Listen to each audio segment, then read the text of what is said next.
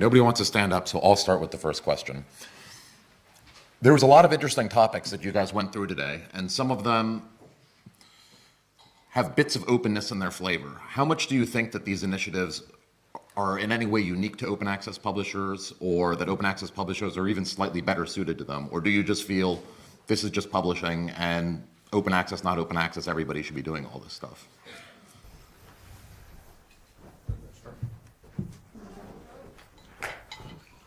All right.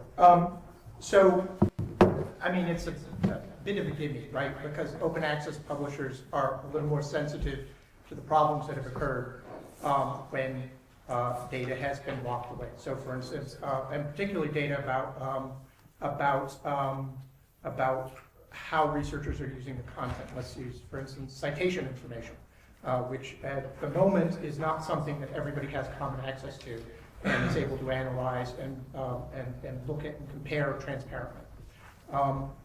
My guess is that a lot of the motivation from the OASPA group was that they did not want to get into that situation again with some of the new tools and new systems that are being developed. And but the thing that I thought was gratifying was that it clearly wasn't the fear that was only theirs, and that's evident in the in the group and the diversity of the group that actually ended up joining the effort. I'd add to that, and I don't know necessarily how to turn these mics. Oh yeah, if those things are on, it would be better if you can figure that out. I don't know how that works though. Press the green button on the front. Oh, the green button. Yeah. Okay. I think I can do it. Anyways, I'll speak loud. How's that? And use his. Or use his. I feel like I'm in the UN. Okay.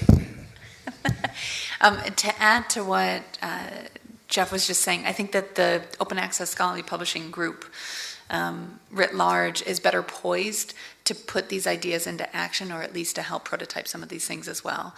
In some cases, it's just a better culture fit in the short term instead of going into an 18-month/2-year development cycle. I know with a number of the ideas that are coming straight from the researchers that we interact with are able to be kind of tested and worked on in publisher infrastructure, like with Biomed Central, GigaScience, PLOS, much faster and a much more kind of sensible and open time frame and interaction than it would have been with some of the other for-profit publishers there too. And some of that is just the, kind of the hunger and the, I guess, day-to-day interaction of a number of these groups with the public and understanding that that is who they serve, rather than focusing on other things, you know, about profit margins or what have you. I guess I would add that opening up metadata is an increasingly important part, even if it's just not for sort of open access publications, but sort of publications more generally, is going to prove essential not only now, but in the longer term as people have to go back and retrospectively try and, you know, we see it sort of increasingly important. I love the way that Caitlin put it earlier, not just for sort of text mining, but for kind of doing literature reviews or just trying to get a basic understanding of what's come before. And that problem is only going to be compounded as, you know, what is it? We've got something like 50 million, is it, sort of open access sort of journal publications, sort of, and that's growing at a rate of something like 1.5 to 2 million per year.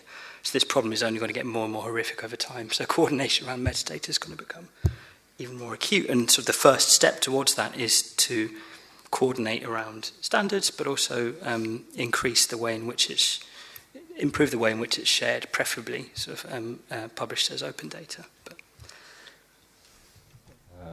Nothing Too much to add except for my subject of XML.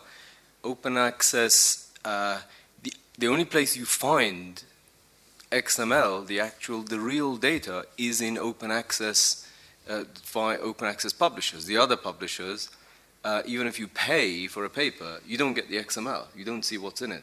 So open access publishers are in a position to dictate or lead the world in how that standard should be. Some of you must have thought of questions now.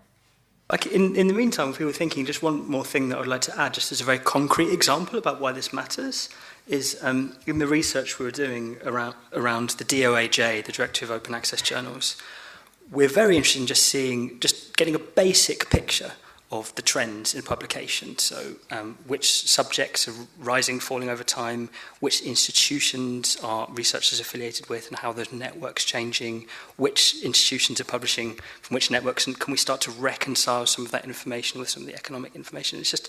It's impossible. And what's interesting as an artifact of the sort of research we're doing is it's very difficult to tell. I mean, we're looking at sort of licensed metadata, and it's very difficult to know whether these spikes and sort of troughs in the graphs are basically because you have sort of a change in the quality of metadata from a publisher, or because something's actually changed. And until we get this right, I think it's very difficult for this group of people as a sort of as a sector to understand some of the long-term trends which are constituting, what scholarly communication is doing.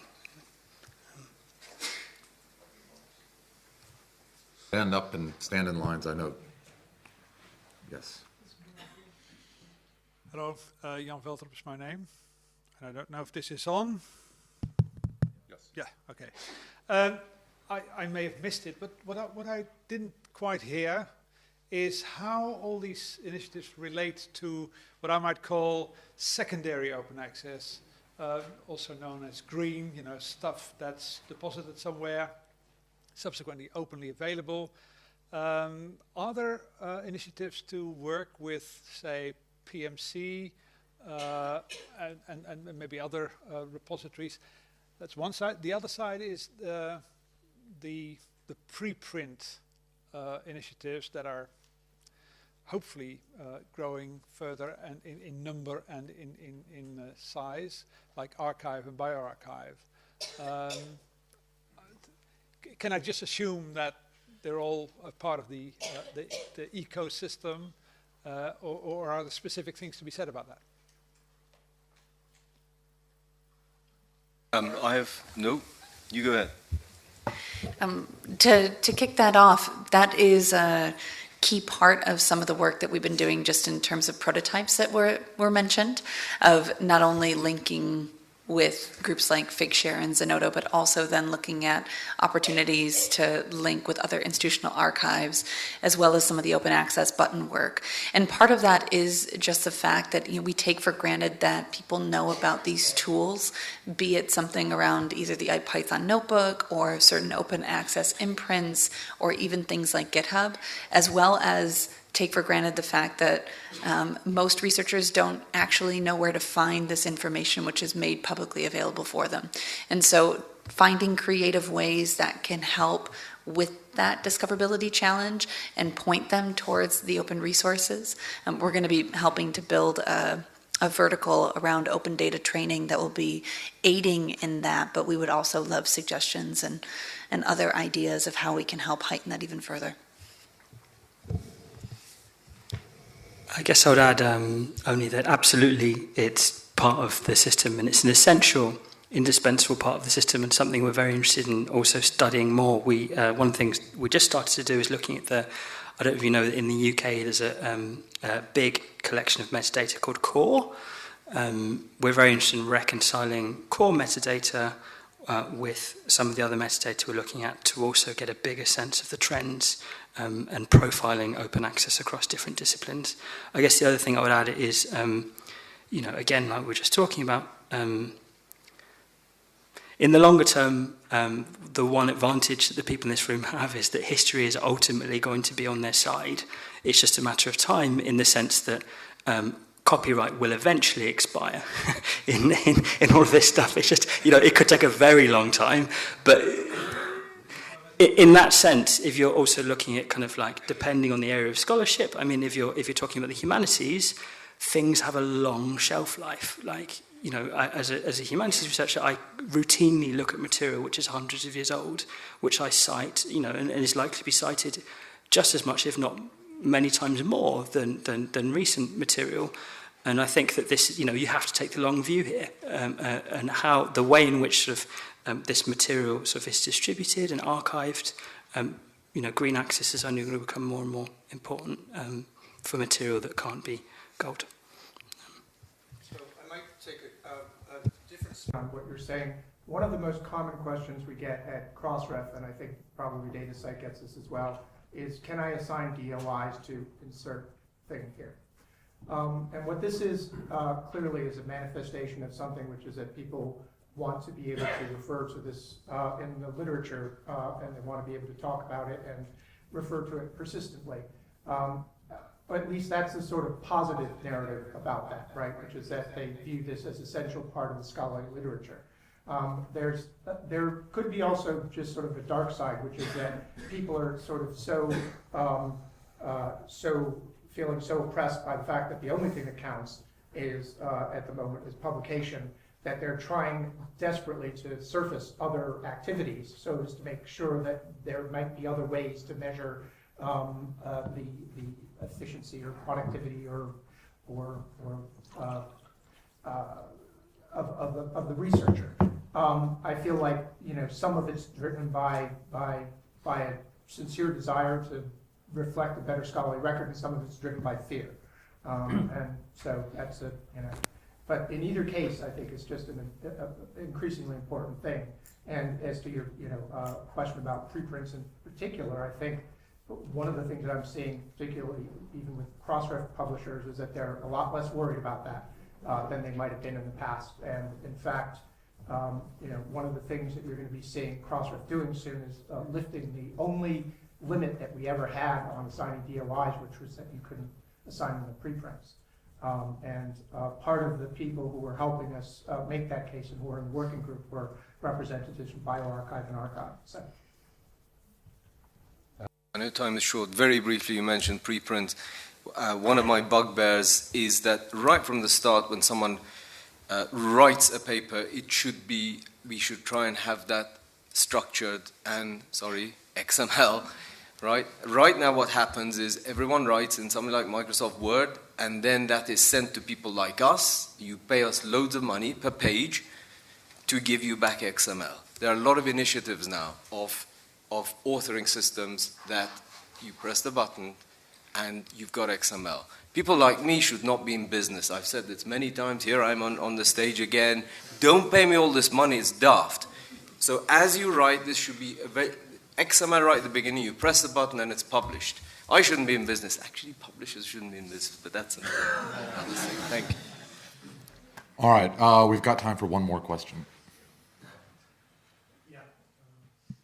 Turn it on somehow. Okay.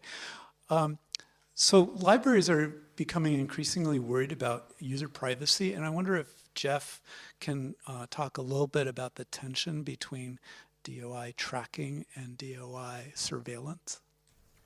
Yeah. So, absolutely, and this isn't just attention for Crossref, it's attention for anybody who's serving content.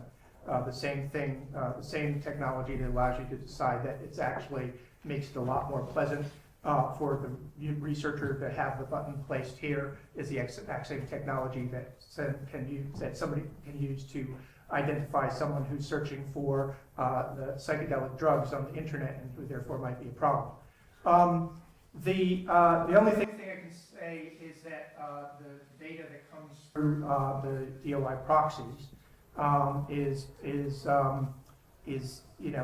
doesn't include a lot of information that is used traditionally for identifying individuals. So, for instance, we don't see at Crossref logs a whole host of header information and so on and so forth that we might otherwise be able to use to identify people. It's certainly not something that we would be interested in passing on either. So I think that there is a clear tension between, and I'm not the first again to say this, and it's not just a Crossref problem, between open data and privacy issues. And so almost every time we ever say anything about releasing data, we say within the constraints of privacy laws or applicable privacy best practice. So we'll be looking at that, but it is, yes, important. I guess I just wanted to thank you for raising that question. I think that they're probably not, this is something that we've also done quite a lot of research around over the past 18 months, and it's only going to get more and more important.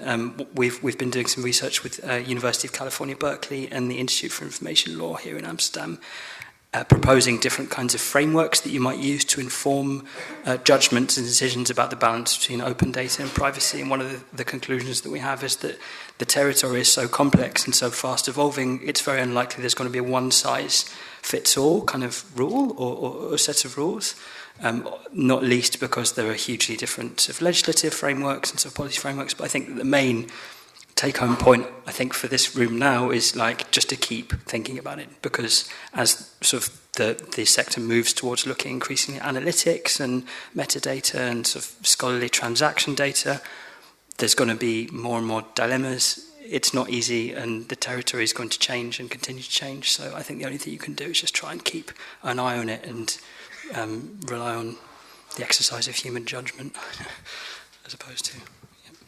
Can I turn it around, Eric, and ask what you would recommend happen in the industry?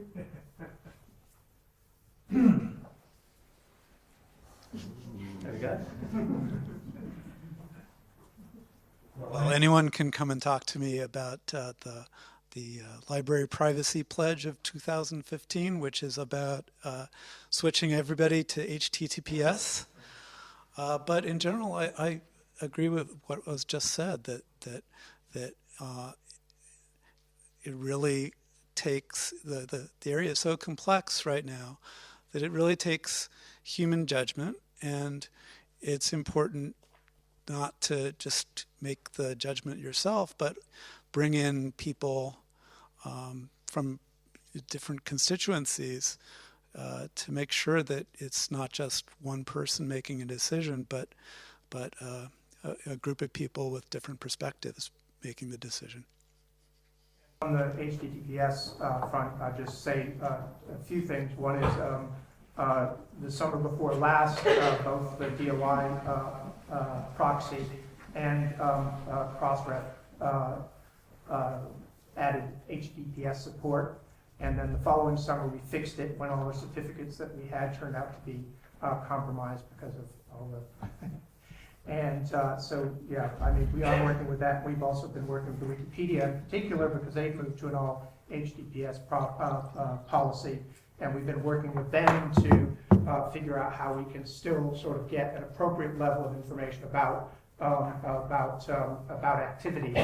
They certainly don't want to vanish from people's logs. They're interested in making sure that people understand how important Wikipedia is, but they're also concerned about preserving their privacy. All right, let's thank our panel speakers once again.